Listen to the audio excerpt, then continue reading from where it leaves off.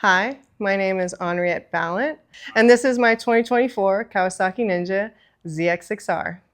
I am from Philly, but I've been in LA for a very long time.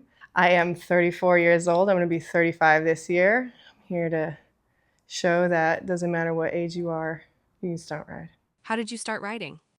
My stepdad, he got me my first bike. It originally started in Hungary. I have family in Hungary, and it was a Romet pony, which is a Polish motorcycle, if I'm correct. And it was like a little 50cc. It had a clutch and everything, and I just rode it in like the little village my grandma was at. So that was the first time I ever hopped on a motorcycle. I didn't even ask for it. He just brought it one day, and I was like, hell yeah, let's go.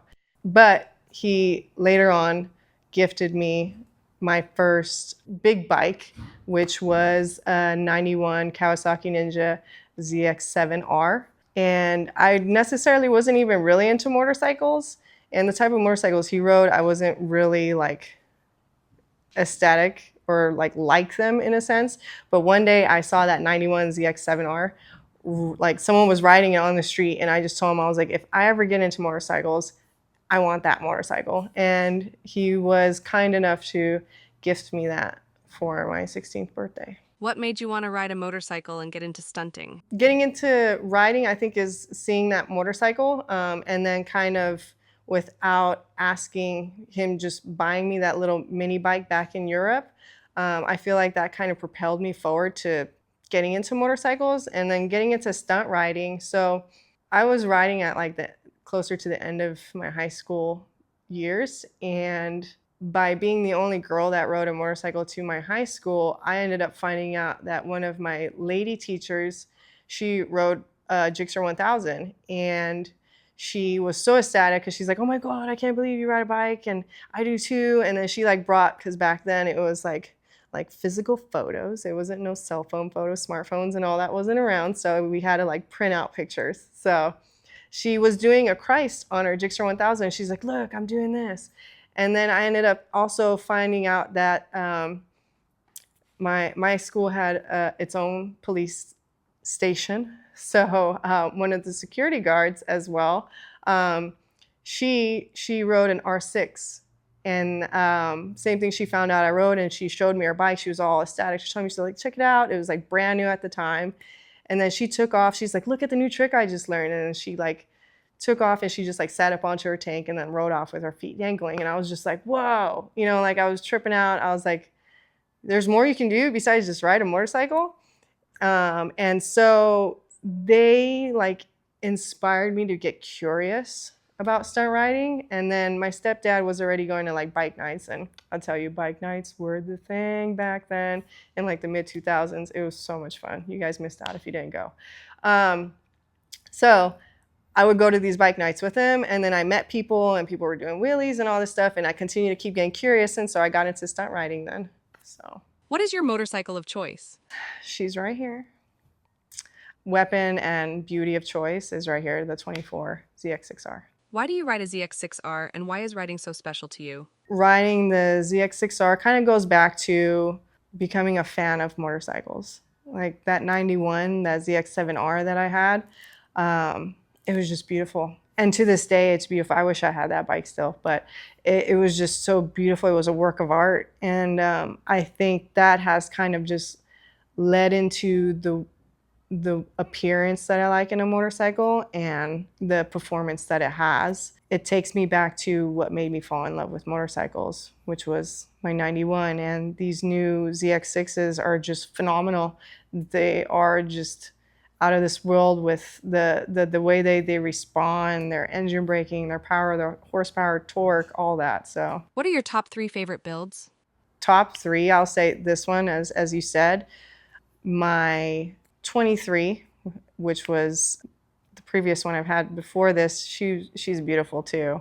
And my 2018, because that was my first bike that I had purchased, and it was the first bike that got me sponsored and got the bike built and everything. So I feel like the 2018, the 23, and the 24. Do you remember your first crash? The little mini bike, I crashed on that, so that's technically my first one. It was into like a pit of sand, and I was freaking out because the bike was on me, and I was little, and the bike was heavy at the time, and I had no one around, so I had to figure out how to pick the bike up as I was sinking. The next, I would say, like my major crash was on the freeway. I'm thankful to be here. I'm glad the person behind me paid attention because I could have got ran over. So I not to go too into it because it's a long story, but I was brand new on the streets, didn't really know how to ride very well, and ended up washing out on the freeway. And the person behind me paid attention and didn't run me over because I froze. I like was so in shock that I paralyzed myself, so I actually couldn't get up, and they could have ran me over. So. What is the most difficult thing about stunt riding? Not having enough days to do it and not having the optimal place to do it. I'm grateful for what we have, and I'm grateful we at least have a day in the week that we can do it, but technically there's no place for it, right? So what we're doing isn't supposed to be done on motorcycles, so people say. But those that want to have fun, unfortunately there's no place to do it. So thankfully there's been people and owners that have been open to the idea of us being able to be there. Sometimes there's restrictions, but it's difficult because there's people that don't necessarily understand how important it is for people that are very passionate about stunt riding. One, it's either people ruining it because they leave their trash.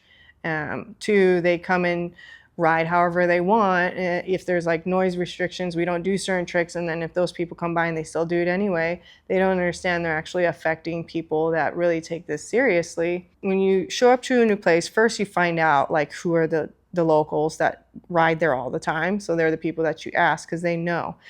Two, you ask them like what can and can you not do, you know?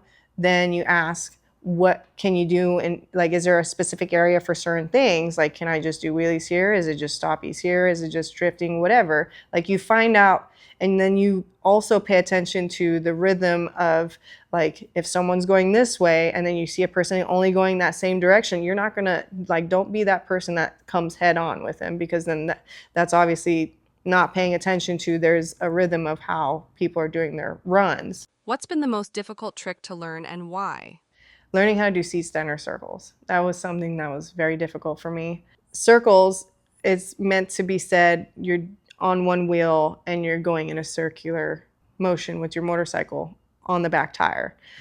Seat standers is you literally standing on those seats right there, and you are moving and manipulating the motorcycle to balance on the back wheel while turning and dipping into a circle. There's just so much technical, but they're so small movements and things that you need to do to manipulate the motorcycle that like I was just being like super aggressive and not understanding, so things weren't like flowing and clicking, and it was a very difficult trick to just learn. It's literally like a instead of like a ha, oh my god, you know, like why is it not moving, you know, kind of a thing. The part of understanding how to make the trick happen is the hardest part. Who are your current sponsors?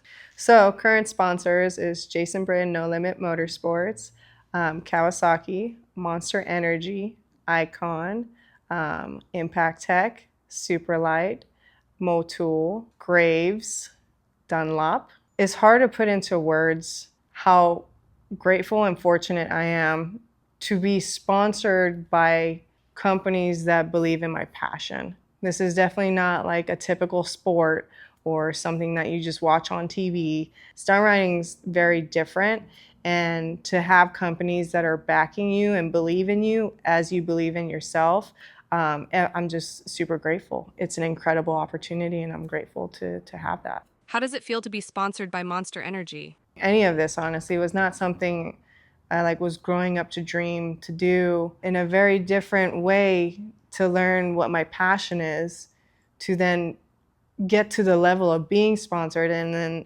acquiring being sponsored by Monster Energy on top of that as well. It was just, I had loss of words, you know, like that's a very big deal, you know, all of it's a big deal, but that's also a really big deal of like, there's people that sacrifice so much in their life to put into the sport that they're trying to get really well at, to be recognized one day, and for me to be able to get to that point of being recognized and Monster agreeing and believing in what I do and seeing my passion, and for them to get to the point of offering and me being sponsored by them, it was just a loss of words, and I was just ecstatic. What is your dream motorcycle and why? Can it just be like a garage full of motorcycles?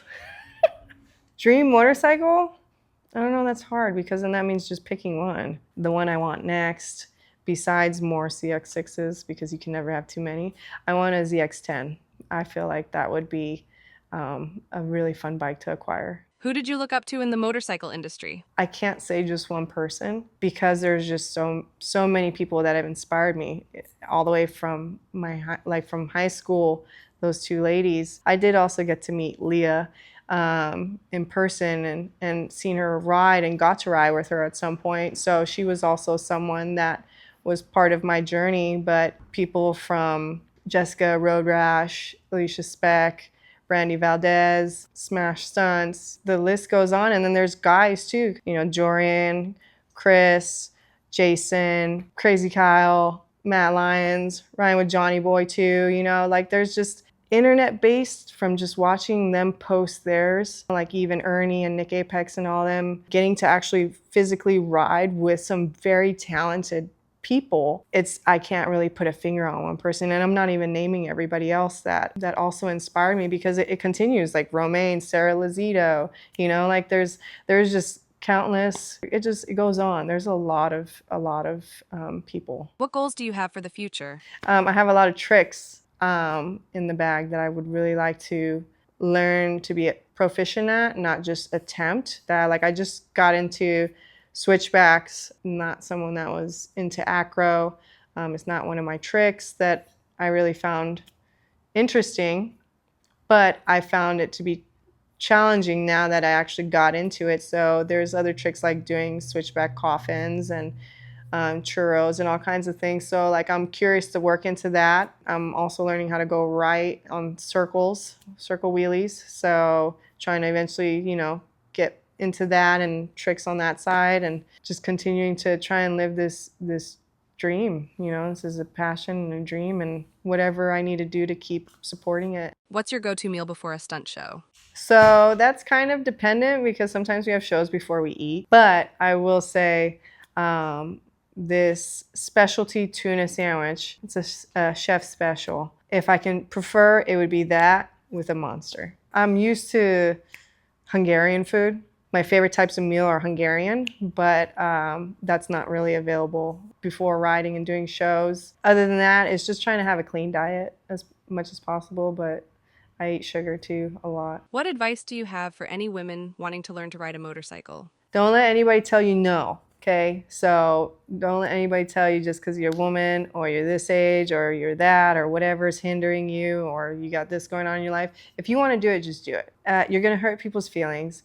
You're going to make people mad. You might lose some really close people to you, and you might gain some really awesome people into your life. It's one of the things that I've had to battle throughout my whole riding life, and it's still continuing. So I think as a lady, if you want to ride, go do it. Take the class. If you don't have your license, take a safety course. So you do it properly. Get yourself gear. Don't be cheap on your gear. Don't be cheap on yourself for that reason.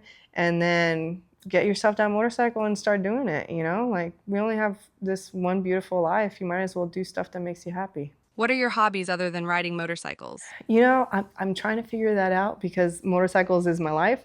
I like coffee. I like going out and drinking coffee, finding like little specialty shops. Starbucks always will have my heart. I like going to the beach, and I have a dog, so I'm a dog person. If I can combine all those, that's great. I'm also trying to get into being a little more feminine, so not just wearing shorts and jeans, and trying to learn how to dress in a different way. And I like music, so dancing. How important is it to have a crash cage on your motorcycle? If you can take nothing else from me, take this. 100% one of the most important parts, whether if you stunt ride or if you don't stunt ride. This is like the least you can do for yourself to at least protect the bike. And it will return so much for you on how much you'll save if and when you drop your bike. So to me, I think it's one of the most important investments that you can do once you start riding. Where can viewers find you? I am mainly on Instagram and Facebook, and you can find me at Anriette Balint. I do have YouTube, but I'm not great at this whole filming stuff, so it's out there. I think it's under like Anriette Balint. Everything should be under Anriette Balint. I also have my own website, anriettebalint.com, so it's all under my name. So it's ANRIETTE, B like boy, ALINT.